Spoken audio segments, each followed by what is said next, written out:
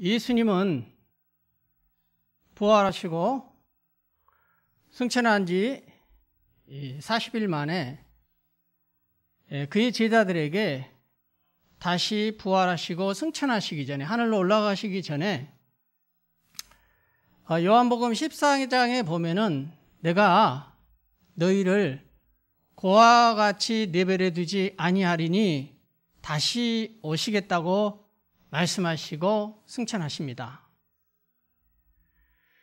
그리고 계속해서 14장에 보면은 이제 예수님은 제자들과 함께 계시다가 이제 부활하셔서 하늘로 올라가셨잖아요. 그래서 이제 예수님이 제자들 곁에 더 이상 없습니다.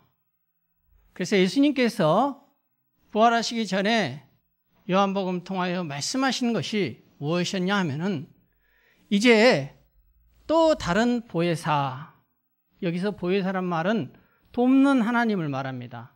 이제 나 말고 또 다른 돕는 하나님을 너에게 보내리니 그가 모든 것을 가르쳐 줄 것이고 우리를 인도해 줄 것이라는 것입니다.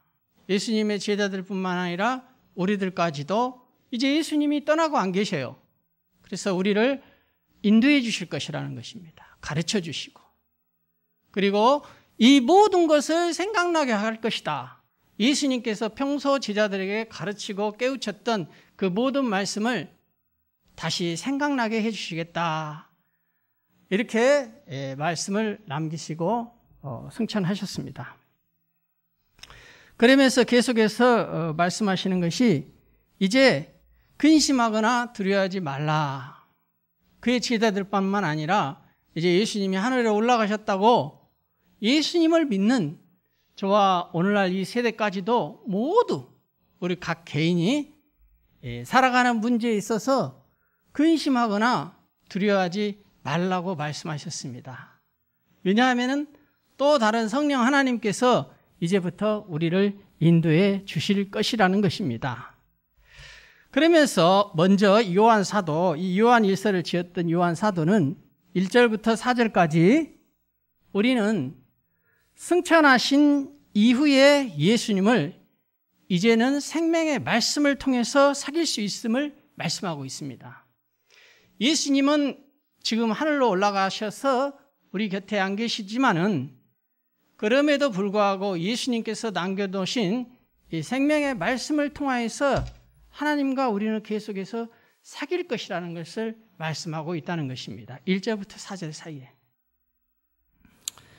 그러면서 오늘 요한 사도는 오늘 5절부터 10절까지는 하나님은 빛이라고 설명을 하십니다. 하나님은 빛이다. 그리고 그 안에서 다시 5절부터 7절까지는 빛 가운데 사는 삶을 통해서 예수님과 사귐의 삶을 살 수 있다고 말하고 있습니다. 이 말을 다시 바꿔서 얘기하면은 예수님을 믿는 친밀한 교제의 삶을 살려면은 빛 가운데 삶을 살아라는 것입니다. 하나님은 창세기에 보면은 천지를 창조하실 때 제일 먼저 말씀으로 빛이 있으라 하시면서 어둠을 밝혔어요. 빛을 제일 먼저 창조하셨습니다. 따라서 빛은 어둠을 드러내게 하는 속성이 있고 이 빛은 곧 하나님이시고 하나님은 빛이십니다. 빛 가운데에서 하나님과 사귐의 삶이라는 것은 저희들이 언뜻 생각하기에 죄를 하나도 안 짓고 완전한 상태에 정말 광명한 빛처럼 어떤 어둠도 없이 완전 무결하게 사는 삶을 생각할 수 있으나 오늘 본문의 내용을 보면은 그렇지가 않습니다.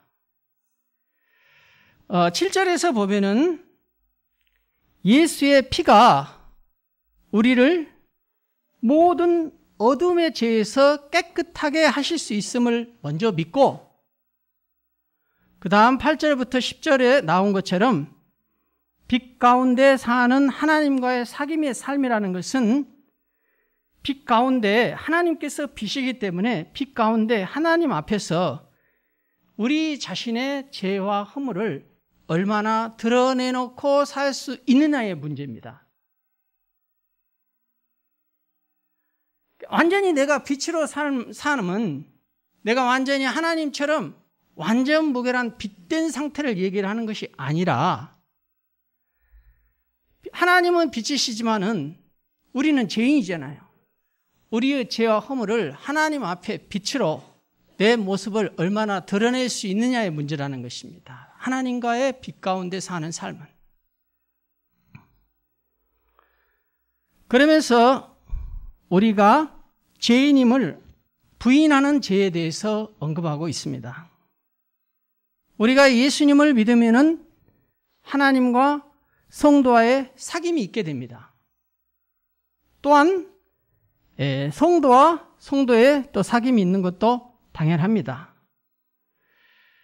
그러나 그 당시 교회의 상황에서 보면은 예수님을 믿는 성도이지만은 영원한 생명이 있다는 것을 믿지 않았습니다. 그리고 생명의 말씀이신 예수님을 통하여서 사귀는 사귐의 삶이 없었어요.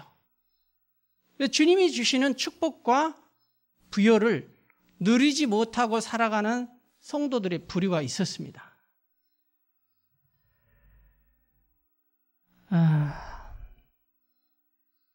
왜냐하면은 하나님과의 진정한 사귐의 삶이 되려면은 1절부터 4절까지 나와 있는 생명의 말씀을 가지고 하나님과의 사귐이 삶이 되어야 해요. 사귐이 삶이.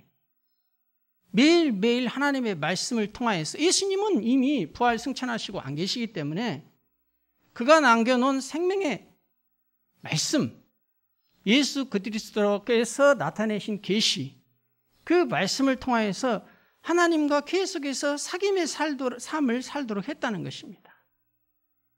그래서 말씀에 기초하여 하나님과의 진정한 사귐, 진정한 관계가 형성이 돼야 하는데 그렇지 못한 상태에서 성도라고 불리기는 하는데 신앙생활을 계속한 그런 부류가 있었다는 것입니다. 이때 당시에. 이런 부류는 당시 영지주의자라고 불렀습니다. 영지주의자. 먼저 결론부터 말씀을 드리면은 2장 19절에 보면은 그들이 우리에게서 나갔으나 이 영지주의자들은 이단으로서 교회에서 나갔습니다. 결국은 하나님을 믿는 하나님의 자녀가 되지 못하고 교회 밖으로 나가게 된 것입니다.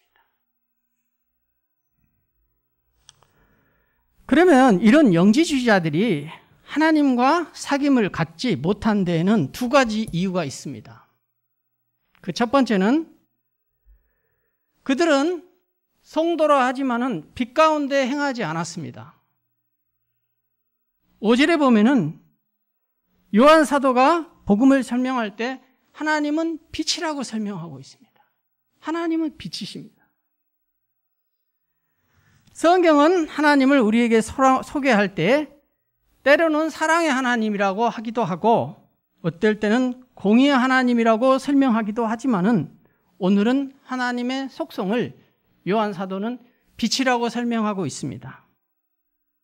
그러면서 6절에 만일 우리가 하나님과 사귐이 있다고 하면서 여전히 빛 가운데 행하면은 그 사람은, 그런 성도는 거짓말을 하고 진리를 행하지 않는 것이라고까지 얘기하고 있습니다. 예를 들어서 여기서 우리가 빛 가운데 행한다는 의미는 내가 예수 믿기 전에 예수 안 믿었을 때 했던 일들이 있어요. 성경의 대표적인 육신 가운데의 삶은 갈라디아서 5장 19절의 말씀입니다. 20절까지 나와 있죠. 이걸 육체의 일이라고 합니다. 육체의 일. 예수 믿기 전에 예수님 모르는 상태에서 내가 세상 가운데 행했던 내 육신대로 행했던 일, 그것이 곧 성경에서는 음행이요, 더럽고 우상 숭배하고 주술과 원수 맺고, 주술과 또 원수 맺는 건, 그리고 또 분쟁하는 거, 시기하고 분내고 이단, 투기하고 술 취하고 방탕한 것들, 이와 같이 성경은 소개하고 있습니다. 이와 같은 것들 중에서 지금도 끊지 못하고 계속하고 있다면 그 죄를 끊고 말씀 안에서 사귀는 빛 가운데 살아가라는 것입니다. 그것이 예수님이 우리들의 어두움을 빛으로 만들고 삶을 살게 하시려는 십자가의 죽으심이라는 거예요. 저와 여러분을 그렇게까지 고귀한 신분을 줘서 성도라고 이미 만들어 주셨어요. 그 성도라고 만들어 주시기 위해서 예수님은 2000년 전에 십자가에 저와 여러분이 대신 죽었어야 할 죽음을 그분이 지셨다는 것입니다. 그리고 저와 여러분을 죄인 가운데 사망 가운데 영원히 죽을 수밖에 없는 저희들을 생명으로 예수님과 같이 부활의 존재로 의인으로 삼아 주셨다는 것입니다. 그럼에도 불구하고 저와 여러분은 초대교회 성도들 가운데처럼 영지주의자들 그런 모습처럼 우리 안에 예수님의 죽음의 그 고귀한 의미를 그냥 빛 없이 값 없이 빛 없이 그냥 주셔서 고마움과 감사를 잃어버리고 빛 가운데 거하지 않고 내 자신을 속이면서 살아요. 나를 드러내놓지 않아야 하고 내 마음과 생각을 위선해서 살아요. 사람 앞에서는 우리가 속일 수 있으나 하나님 앞에서는 절대 속일 수 없습니다.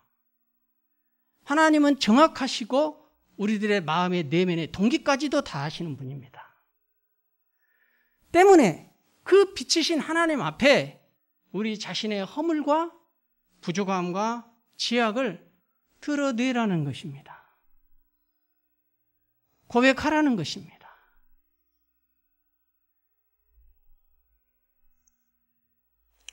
그래서 당시의 영지주의자들은 입으로만 성도지 그런 빛 가운데 삶을 살지 못했다는 것입니다.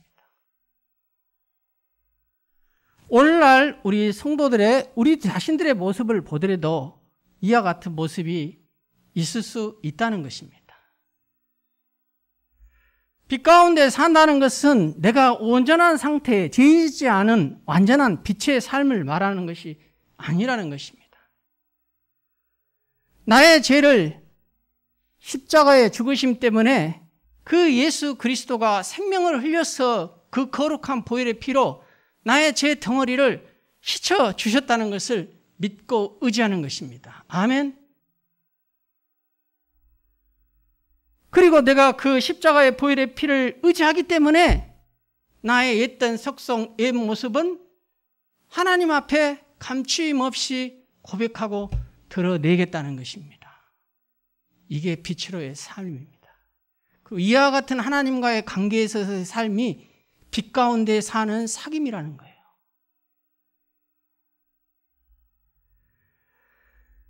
우리가 예수의 생명의 말씀에 우리를 드러내지 않고 감추면은 우리의 내면은 갈수록 어둠에 썩어 들어갑니다. 믿는 자라 할지라도 가룟 유다도 그랬고 많은 믿음의 사람들이 성경에 보면은 죄를 지어요. 죄를 지면 죄를 짓는 만큼 죄가 우리 안에서 자라게 돼요. 그리고 우리는 사단의 영향력을 받습니다. 성령의 인도함을 받지를 못하기 때문에 말씀 가운데 거하지 못하고 말씀 안에서 예수님은 생명의 말씀이라고 반드시 말씀을 주셨기에 이 생명의 말씀을 통하여 우리의 영혼이 계속해서 살아나야 하는데 소생해야 하는데 말씀을 볼 수가 없습니다. 왜냐고요? 내 안에 거룩하지 못한 것들로 가득 차 있기 때문에 나의 영혼이 소생해서 살아갈 수가 없는 것입니다. 내 안에 성령님은 죽고 소멸되고 자꾸 내 안에 악한 사단의 영향을 받는 것입니다.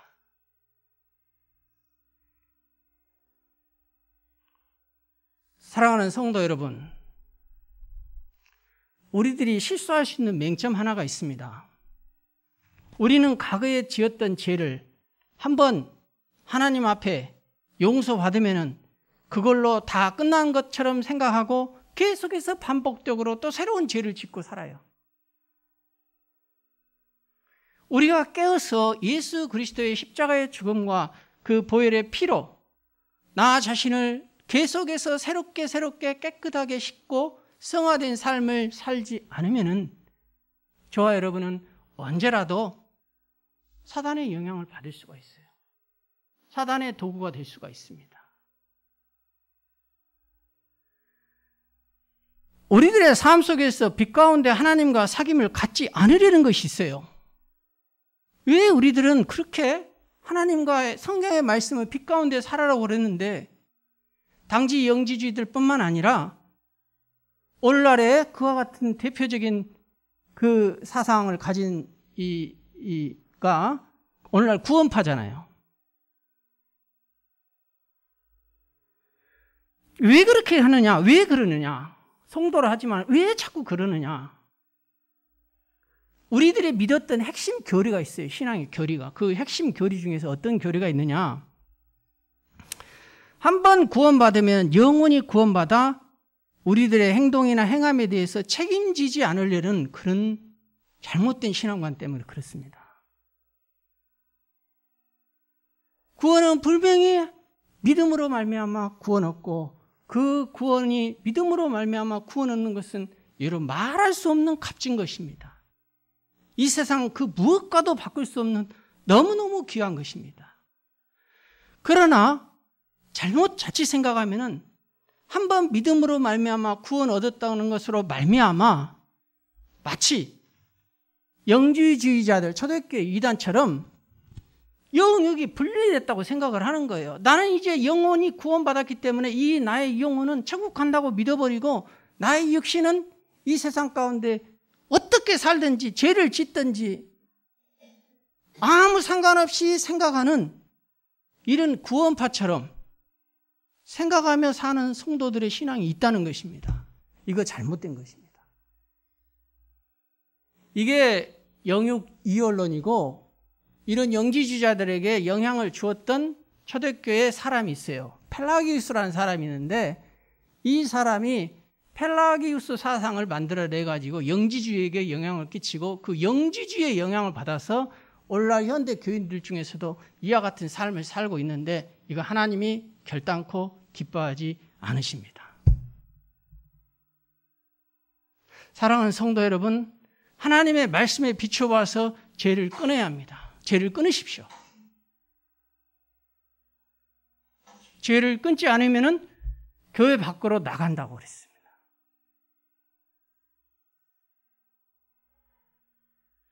그리고 그 하나님의 사귐이나 성도의 사귐이 거짓말하고 진리를 행하지 않은 한은 가짜라고 얘기합니다. 가짜라고.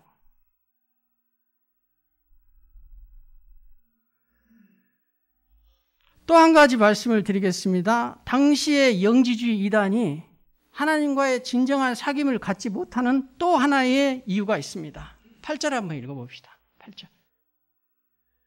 자, 시작.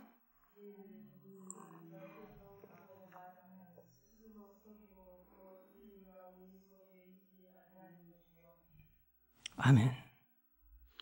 만일 우리가 죄가 없다고 말하면 스스로 속이는 것이라고 합니다. 여러분 가운데 스스로 죄가 없다고 생각하시는 분이 있습니까? 그거를 성경에서는 결단코 스스로 속이는 것이고 진리가 우리 속에 있지 아니한다. 그렇게 말하는 사람 안에는 진리가 없다는 것입니다. 여기서 죄가 없다 할 때 이 시제를 헬라어 원어로 보면은 현재 시제를 쓰고 있어요. 자, 현재지를 쓰고 있다는 것은 어떤 의미를 가지고 있냐면은 죄가 없다 하고 과거의 시제를 쓰면은 내가 과거를 지었다고 인정을 하게 되는 것이죠. 죄가 있다 하면은 그 죄가 있다의 그 시제를 과거 거를 쓰면은 과거에 내가 어떤 죄를 지었는데 그 죄가 있다 하고 그걸 인정하게 되는 거잖아요. 그런데 현재 시제를 썼으므로 이 영지주의자들은 이거를 어떻게 해석하냐? 죄라는 것, 과거의 죄는 없다고 봅니다. 인간의 원죄를 비인해요. 펠라기우스가 그랬어요. 그럼 이 죄를 어떻게 인식하느냐? 죄의식의 상태라고 봅니다. 죄의식의 상태. 죄는 존재하지 않으나 다만 심리학적으로 죄의식의 상태를 느껴 인간의 발달 과정에서 나타나는 하나의 실수다, 이렇게 본다는 거예요. 그러니까 이 사람들은 죄가 없다고 말하고 그렇게 믿었다는 것입니다.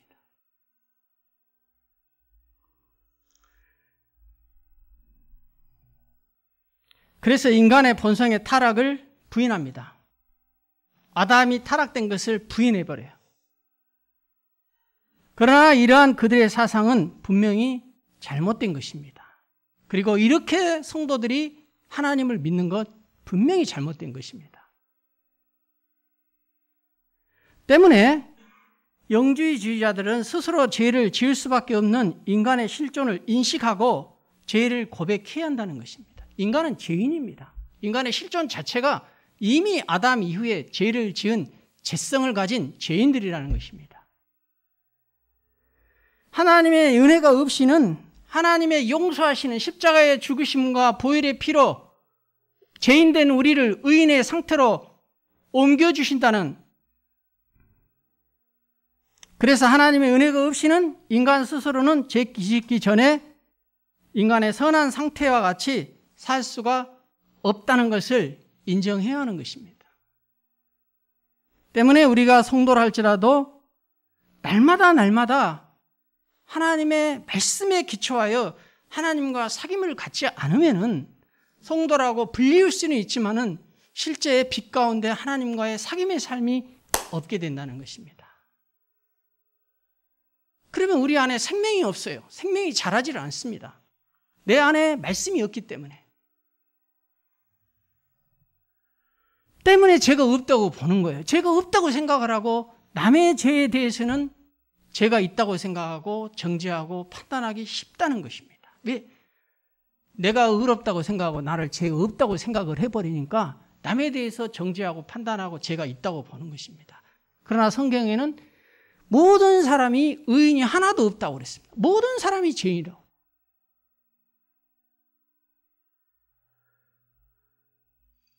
사랑하는 성도 여러분, 오늘 이 말씀이 나는 여러분에게 생명의 말씀이 되기를 원합니다.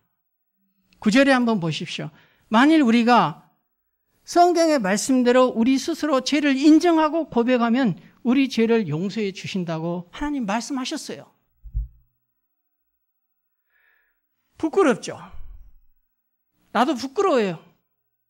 하나님 앞에서 뿐만 아니라 여러분 앞에 부끄럽습니다. 그러나 하나님은 이러한 부끄러운 허물과 죄를 부끄럽게 사람들 앞에서 다 까발려서 드러내라는 그런 거 아니에요.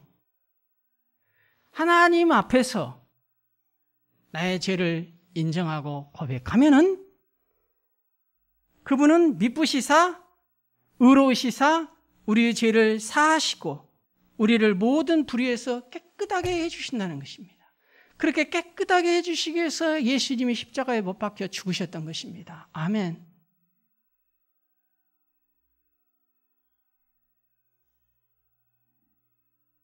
하나님 앞에서는 우리가 감출 수 있는 게 없어요. 감춰서는 안 됩니다. 나를 드러내지 않고 감추는 삶, 이거 성도의 삶이 아닙니다.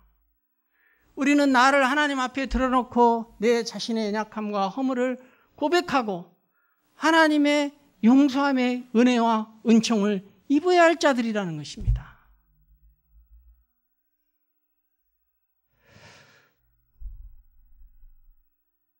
끝내 그럼에도 불구하고 우리 스스로가 죄가 없다고 한다면 하나님을 거짓말하는 이로 만드는 것이라며 하나님의 말씀이 우리 속에 있지 아니한다. 이렇게 10절에 분명히 나와 있습니다. 때문에 하나님을 믿는 성도들은 초대교회 영지주의 이달들처럼 하지 않으려면 하나님과 날마다 사귐을 통하여 예수의 피가 우리를 모든 죄에서 깨끗하게 해야 할 줄로 믿습니다. 아멘. 그런 일을 하기 위해서 이번 한 주간 예수님은 2000년 전에 고난과 순환을 받으셨고 예수 피로 저와 여러분을 깨끗이 씻어주시기 위해서 다시 부활하신 날입니다. 때문에 우리는 오늘 교회는 그 주님의 부활하신 그날을 기념하여 부활절 예배로 하나님 앞에 나아가고 있는 것입니다. 그런데 이런 부활을 기념한다고 하는 예배에서마저도 우리 자신을 숨겨서는 안 된다는 것입니다. 하나님, 내가 하나님 앞에 숨긴 것 있었으면 말씀해 주시고 용서함 받기를 원합니다. 이런 예배가 살아있는 예배요, 살아있는 생명의 말씀이요. 이런 은혜를 받으시는 성도들이 되시기를 바랍니다. 이 말씀이 여러분의 가슴에 구구절절히 마음을 열도록 하고 여러분의 귀가 열리고 하나님 앞에 물론 작년에 올해 넘어오면서 회개했고 또 그동안에도 하나님 앞에 지은 죄 우리 자신을 늘 돌아볼 수 있어야 할 줄로 봅니다. 이게 축복이에요. 이게 영적인 축복. 이런 것들이 풀려가면은 인간사에 여러분들이 짐지고 있는 모든 짐들이 하나씩 풀려갑니다. 근데 내 짐을 내가 하나님과의 막힌 것을 여전히 가지고 있으면서 내 노력으로 풀려고 하니까 안 풀어지는 것입니다. 계속해서 사단의 영향을 받고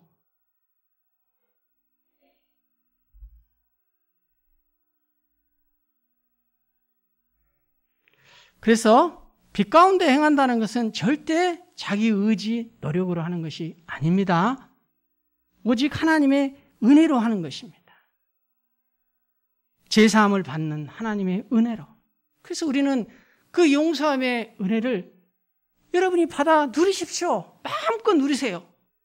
그리고 여러분 안에 사단이 장악하고 사단이 영향해 주었던 것 다 보내버리세요. 떨쳐버리세요. 나는 예수 피로 새 생명을 얻은 거룩한 성도의 신분이다. 여러분 그렇게 선포하시고 그 하나님의 말씀을 믿으십시오.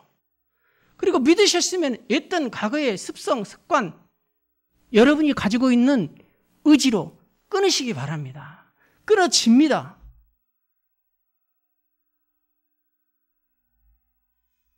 한 주간 뉴스를 보면서 우리 모두 다 진정으로 남을 위하고 자신의 개인적인 욕심을 버리는 사람들을 보면은 우리는 감동을 받습니다. 그렇죠? 그런데 오히려 모든 사람들은 결국은 자신들의 이익과 이기심을 내려놓지 않고 살아가면은 모두들 서로가 물고 뜯는 것을 텔레비 뉴스를 통해서 많이 볼 수 있습니다. 서로가 권력과 물질을 가지기 위해서 싸웁니다. 인간의 탐욕 때문에 그렇습니다. 그러나 교회도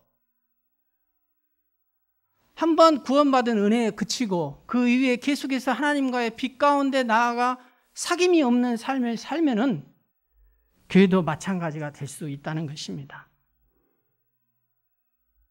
왜 인간은 안 될까요?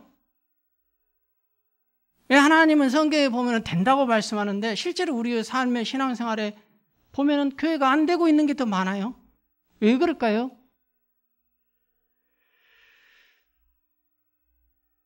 그렇게 믿는 자들은 예수의 피, 생명의 말씀, 우리의 죄인됨을 고백하고 하나님의 은혜로 우리 자신들의 회개와 치유와 회복의 역사가 있어야 할 줄로 믿습니다.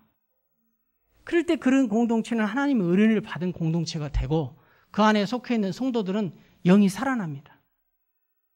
그 하나님을 진정으로 믿는다는 것이 무엇이고 절대 신앙생활 손해 아니고 이게 정말 진정으로 살아가는 것이고 하나님은 우리를 축복하기를 원하시고 하나님은 사랑이시고 빛이시고 나의 생명이요 나의 전부시구나. 그러나 한국교회 실정은 저 인정합니다. 목회자들에게 가장 책임이 있습니다. 그렇다고 평신도 성도들에게 문제가 없느냐? 평신도 성도들에게도 문제가 많습니다. 주님의 감정과 마음은 점점 사라져가요. 앞으로는 더 사라져갈 것이고 사람들의 마음은 강팍해져 갈 것이고 사랑은 식어진다고 성경에 말씀하고 있습니다. 어떻게 할 것인가?